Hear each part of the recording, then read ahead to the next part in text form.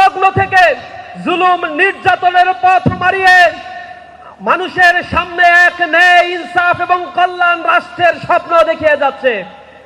এই দলটিকে বারবার দমিত করার জন্য একাধিকবার এই দলটিকে নিষিদ্ধ করা হয়েছে, তার শীর্ষ নেতৃবৃন্দকে ফাঁসি দেওয়া হয়েছে। রক্তের পথ মারিয়ে এই বাংলার জমিনে আরো বেশি শক্তিশালী হয়েছে জামাত ইসলামী। আজ বাংলার টেকনাফ থেকে তেতুলিয়া প্রতিটি নগর বন্দর শহর মাঠ ঘাট প্রাণ চাঞ্চল্য শুরু হয়েছে। দাঁড়িপাল্লার পক্ষে এক গণজোয়ার সৃষ্টি হয়েছে। দেশের দেশপ্রেমিক সার্বভৌমত্বের অতন্ত্র প্রহরী দলগুলো আজ একতাবদ্ধ হয়ে এক ঐক্যবদ্ধ বাংলাদেশের সুরতান কাঁধে কাঁধ মিলিয়ে তারা জয়গান শুরু করেছে।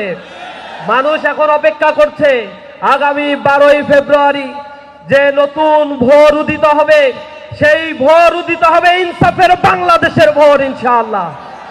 আমরা এই বাংলাদেশকে দুর্নীতি মুক্ত, চাঁদাবাজ মুক্ত, সন্ত্রাস মুক্ত, মানবিক ইনসাফের একটি বাংলাদেশ গড়ে তোলার জন্য জীবন দিতে প্রস্তুত আছি ইনশাআল্লাহ।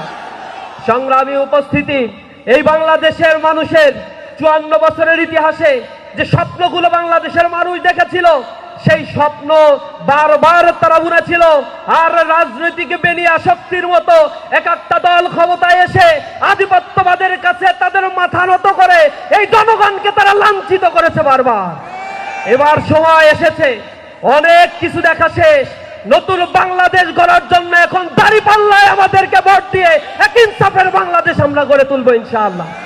যারা জনগণের রায়কে পছন্দ করে না, ম্যান্ডেটকে পছন্দ করে না, হাইকোর্টের সামনে যায়, কোর্টকে ব্যবহার করে, এরপরে জাতীয় নির্বাচন কমিশন যেটি তার সামনে অবরোধ করে ছাত্রদের অধিকার, সেই ছাত্র সংসদ নির্বাচনগুলো যারা হতে দেয় না, যারা বলে এইগুলো হারার ভয়ে তারা এই নির্বাচন থেকে পিছিয়ে এসে এহেন কোনো চক্রান্ত নাই যা এই ছাত্র সংসদগুলোতে তারা করে নাই।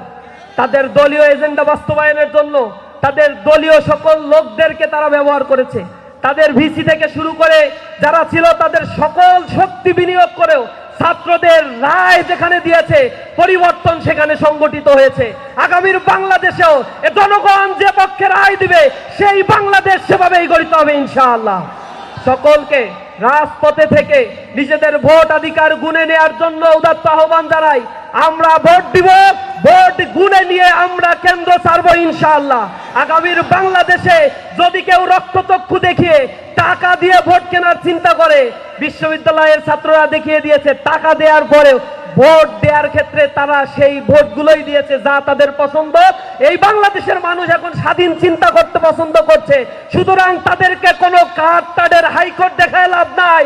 যারা বাংলাদেশকে স্বজনপ্রীতিমুক্ত, দুর্নীতিমুক্ত, এই ইনসাফের বাংলাদেশ গড়তে পারবে, তাদের পক্ষেই জনগণ ইনশাআল্লাহ রায় দেবে।